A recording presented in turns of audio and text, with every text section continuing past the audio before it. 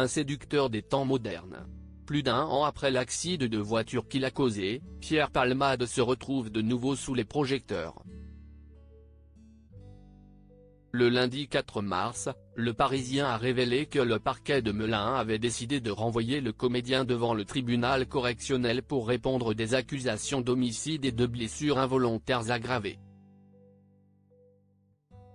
À la suite de cette décision, nos confrères ont divulgué de nouveaux détails concernant cette affaire, notamment des informations sur la personnalité du comédien, qui a fait l'objet d'une expertise sur demande du parquet de Melun.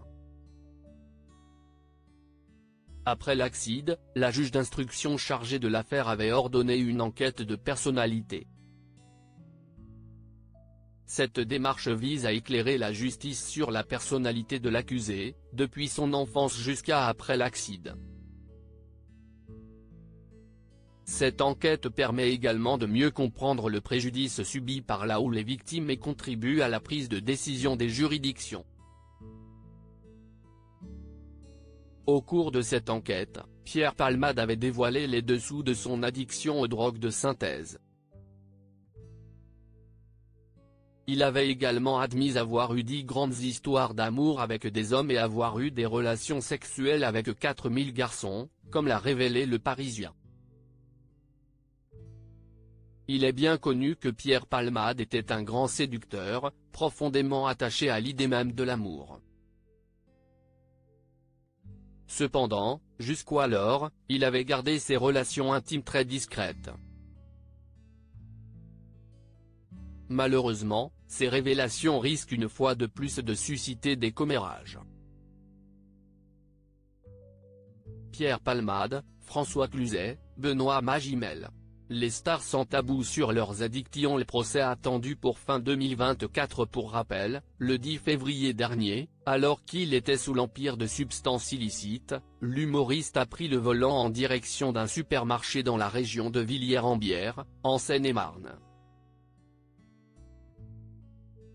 Imprudent, il a percuté un véhicule qui roulait en sens inverse.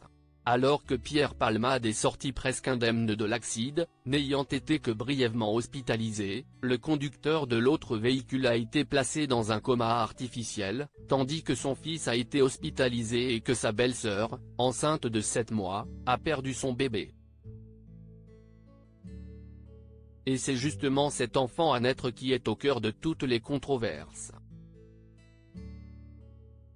Étant donné que le fœtus n'était pas vivant au sens de né au moment de l'accident, la jurisprudence est ambiguë.